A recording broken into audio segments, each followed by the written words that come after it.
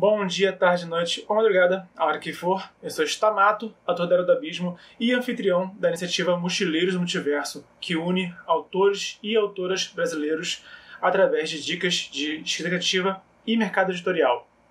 Hoje eu vou falar do livro Carrie, a Estranha, que é o grande livro, do Stephen King, é o livro de estreia dele e que marcou, a carreira dele em muitas formas. E é um livro que realmente deveria ser lido por todas as pessoas, cara, porque é um assunto que é curioso, Esse livro foi lançado já tem tanto tempo, já tem décadas, que esse livro foi lançado e continua sendo um filme muito presente no nosso dia a dia, até infelizmente cada vez mais, por conta da vida que a gente tem, do mundo que a gente vive. E eu acho que é uma maneira interessante de abordar, os problemas que a gente vive através da literatura, da ficção, também da ficção fantástica. Então, Carrie Estranha é um livro que é muito poderoso, é muito interessante, não é à toa que faz o sucesso que ele fez, tá?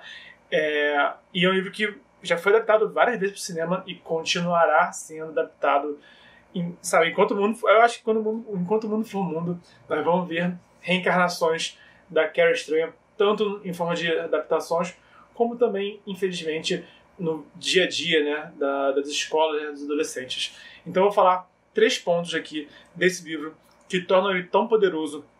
São os 3 pontos que eu acredito que são que fazem com que o leitor fique tão cativado nessa história, tá? E que também tem pontos tão interessantes a serem ensinados também para a garotada, para os autores e autores. Serem para a garotada, como eu falei, é um livro que eu acho que devia ser lido nas escolas, mas também são pontos interessantes que os escritores e escritoras podem observar e podem aprender algo com o King, enfim, então, começando, o primeiro ponto é como que esse livro aqui, ele consegue, assim, não ter pudores. Eu já falei de outros livros sem pudores, tá? Outras histórias, livros não, mas de outras histórias sem pudores, principalmente o quadrinho A Lena, que se inspirou fortemente na Carrie Estranha, tá? E também no Tarantino, no Pulp Fiction, que também são histórias sem pudores, mas a grande questão da história despudorada do Stephen King é que, cara, é um livro sobre adolescentes, tá? É um livro que se passa dentro de uma escola. Então, e é um livro que fala sobre bullying, que fala sobre menstruação, que fala sobre sexualidade, sabe? Então, são tabus, são assuntos que, cá entre nós, a grande maioria preferiria não falar desse assunto, sabe? Os assuntos são tão, assim, ou incômodos ou constrangedores que as pessoas preferem não falar sobre, mas que são diários, Nós temos todo dia bullying nas escolas, nós temos todo dia pessoas misturadas no mundo inteiro, também nas escolas. Nós temos todo dia pessoas fazendo sexo, às vezes dentro da escola também. É o fato, ninguém quer falar disso, sabe? Mas, cara, acontece, precisamos lidar com esses assuntos. E esse livro aqui, ele expõe isso tudo, sabe? E ele usa isso tudo tanto como uma ferramenta narrativa e que, consequentemente, expõe, sabe? Então, a história da Carrie é a história da menina, sabe? Adolescente na escola, que tá comendo pão que o diabo amassou, O pão que os colegas amassam, no caso. Enfim. Então, é uma história que, às vezes, a gente vive numa geração também que muitas histórias tentam não abordar esse lado negativo da vida, esses lados negativos, o que eu acho que enfraquece muito as histórias, sabe? Acho que qualquer filme, qualquer livro, qualquer jogo que fique só tentando agradar o tempo todo, sabe? Aconteceu uma coisa aqui ruim, mas essa coisa ruim logo se desfaz, ou não acontece nada de ruim, sabe? Ou então, o contrário também não é bom, Histórias que ficam só te massacrando, só que tudo é errado, todo mundo se ferra, e você começa a ver que tem uma esperança de dar certo, você já saca que vai dar errado, porque a história inteira tudo dá errado. São também extremos, que a gente vê. O Stephen King consegue lidar com tudo isso, de uma forma assim, que realmente enriquece a história, tá? E uma das formas que o King faz isso é lidando com esses assuntos de uma forma espontânea. Acontece, tá? O bullying acontece, a menstruação acontece, sexualidade acontece. A solução seria justamente elucidar, realmente tacar luz e resolver lidar esses assuntos. E o não lidar com esse assunto gera consequências catastróficas, no caso dessa história aqui, é literalmente bem catastrófica. Segundo ponto é como que a Carrie, ela é ao mesmo tempo vítima e ao mesmo tempo vilã, sabe? Se você botar Carrie Estranha no Google Imagens, você vê várias imagens de vários filmes da Carrie com a cara de psicopata e suja de sangue. Então você imagina que, né, algo deu errado nessa história, né? Mas a questão é essa, a Carrie, ela consegue ser ao mesmo tempo vítima e vilã e empática. Ela consegue ser, você consegue ter empatia por ela mesmo, e isso torna ela também tão complexa, tão interessante. Acho que o livro também se ganha muito nessa complexidade da Carrie, sabe? Porque você tem empatia por ela, porque ela é uma menina legal e ela é muito injustiçada, ela sofre bullying pra caramba, sabe? Você torce pra que ela se dá bem, e quando tudo desmorona, sabe? Você sente uma sensação assim, de clima, de expurgo, sabe? Mas ao mesmo tempo é aterrorizante, sabe? Então esse sentimento ambíguo, né, de ficar aterrorizado com o que ela faz, né? Mas também compreender o que ela faz e de certa forma torcer para que ela se dê bem. E ela meio que tem um momento dela também de clímax, né? De catarse, né? Isso tudo funciona muito bem nessa história aqui, tá? Tanto que o Stephen King, ele foi criticado por não saber. Disseram que ele não escrevia sobre mulheres porque ele tinha medo de mulheres. Ele foi lá e escreveu que era estranha, né, pra provar que ele não tem medo de mulher. Ok, né, ele provou que não tem medo de mulher e fez todo mundo ter medo de um adolescente. Valeu, obrigado.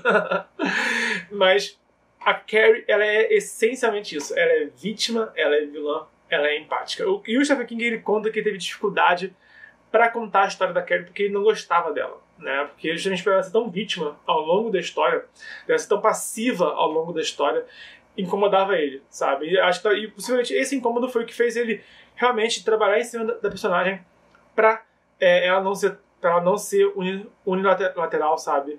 Para ela não ficar sendo só algo raso, né? Acho que foi esse incômodo do Stephen King enquanto ele escrevia a Carrie que realmente levou ele a tornar ela tão interessante, tá? E a ter tantas facetas que geram empatia.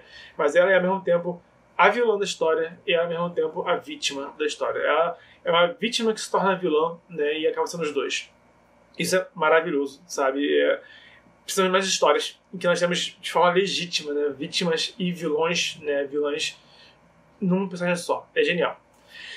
Por fim, terceiro ponto que eu achei bem interessante é o sangue como tema central, sabe? O sangue... Essa história aqui, ela gira em torno do sangue.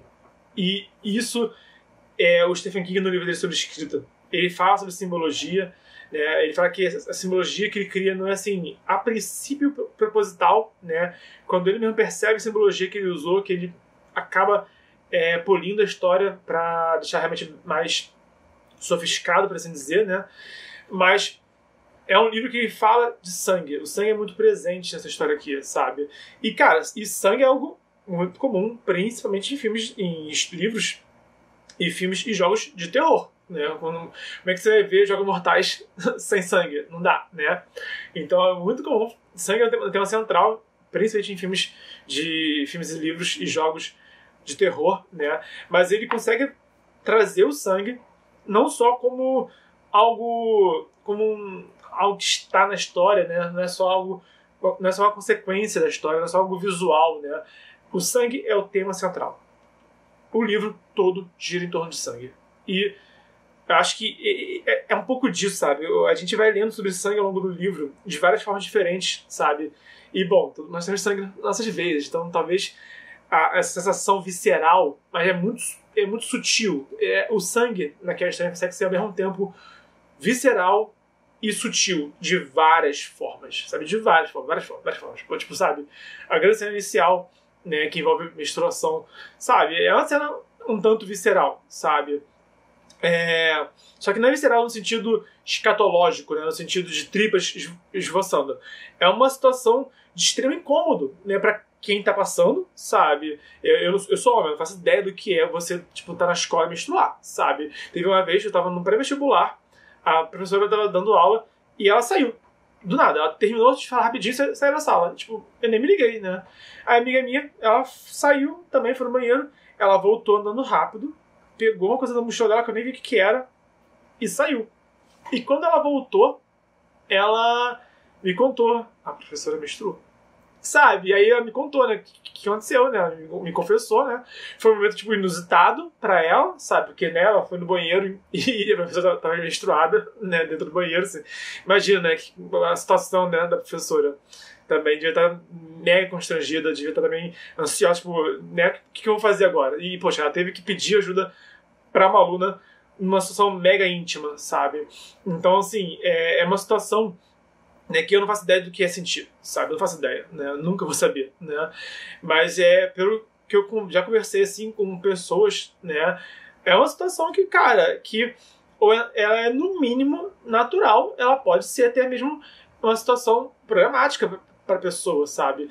E quando o King traz isso, né, através da Carrie estranha, sabe? Que ele pega um tabu e bota na mesa, sabe? E ele começa com esse tabu na mesa, sabe? É uma das cenas principais do começo da história, né?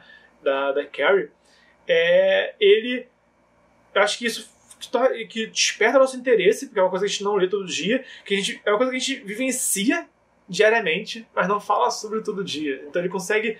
É isso que é interessante, sabe? Ele não chega a ser banal, porque o banal é o que a gente fala todo dia, né? Não tá falando sobre o café, sabe? Que eu mesmo mostro meu café todo dia no Instagram, sabe? Não tá falando de política, não tá falando, sabe, de algo que a gente conversa diariamente, mas que a gente vive diariamente. E ele traz isso de uma forma fantástica, é lógico, né? Através da Carrie. Mas, enfim, eu acho que isso é um dos pontos que torna esse livro tão visceral, e nem sempre visceral no sentido de tripas esboçando, é visceral no sentido disso que eu tô falando, disso de ser algo que é cotidiano, é algo que a gente não fala sobre, é algo que não deveria ser um problema, mas gera problemas, né? No caso da Carrie, foi um momento para ela terrível na vida dela, sabe? Esse momento que ela acabou ficando constrangida beça por causa disso no começo da história, sabe? E ninguém devia passar por isso, sabe? E pessoas passam por isso. Isso que é o pior. Você ouviu o começo da história da Carrie, é uma história que podia acontecer, sabe? Na verdade, a única parte fantástica da Carrie é a própria Carrie, né? Mas possivelmente a vida da Carrie, sabe? Isso que é bizarro. Possivelmente pessoas já viveram o que a Carrie viveu nesse livro, sem a parte fantasia, mas possivelmente muitas meninas sofreram o que a Carrie sofreu nesse livro, sabe? Isso que torna esse livro também tão visceral, sabe? Também, não só da forma óbvia da coisa. Eu acho que esse é um dos pontos que torna esse livro tão interessante, né? E um dos elementos que o King usa para conduzir essa história é o sangue, né? Então, e a forma como ele fala do sangue, a forma como ele aborda o sangue é fantástico. Literalmente fantástico, mas é genial, é muito bom. Então, realmente, acho que é uma leitura... Eu sou contra leituras obrigatórias, você tem que ler esse livro, mas eu acho que esse livro aqui deveria ser lido na escola para falar de bullying, para falar do corpo humano, sabe? Para falar de um monte de coisa, sabe? De sexualidade também, sabe? Falar sobre adolescência no modo geral, sabe? Então, acho que, sinceramente, a garotada ia gostar de ler esse livro, é um livro divertido de ler, mas também você pode pegar vários pontos desse livro e puxar vários debates, sabe? Também por isso talvez esse livro seja tão interessante. Enfim, comenta aqui embaixo quem é a sua vítima e vilã, ou seu vítima e vilão favorito, né, da história. Eu, por acaso, encontrei uma outra vítima-vilã, um vilão-vítima, nesse livro aqui, nesse quadrinho aqui que eu tô lendo recentemente, que o antagonista ele também é uma forma de vítima. Mas o meu favorito mesmo, o meu vilão-vítima favorito, não dá pra ver muito bem, mas ele tá aqui, tá? Eu vou mostrar. É o Crânio Negro da trilogia Tormenta. Esse cara aqui, tá? Esse cara é vilão-vítima que eu mais gosto de todos, tá? Ele é um vilão em sofrimento, um vilão em agonia, tá? A Carrie, ela não é vilã ao longo da história, tá? E quando você... Eu não posso dar spoiler também, sabe? Mas esse personagem aqui, você conhece ele, você vê que ele tá sofrendo, e quando você compreende porque ele tá sofrendo, totalmente vilão-vítima, tá? Crânio Negro, da trilogia Tormenta, do Leonel Caldela. Tem vídeos sobre esses livros aqui no canal também, então recomendo que você assista, que são livros muito bons, e os vídeos também são muito bons. Comenta aqui quem é o seu favorito. Se você gostou do conteúdo, dá o like, Se você quiser mais conteúdo como esse, se inscreve, ativa o sininho. Se você conhece alguém que pode se interessar por esse conteúdo, envia também na rede social. Estamos no desafio 366 dias de escrita. É vídeo de escrita criativa, mercado editorial e cultura pop todo dia de 2020. Então, até amanhã.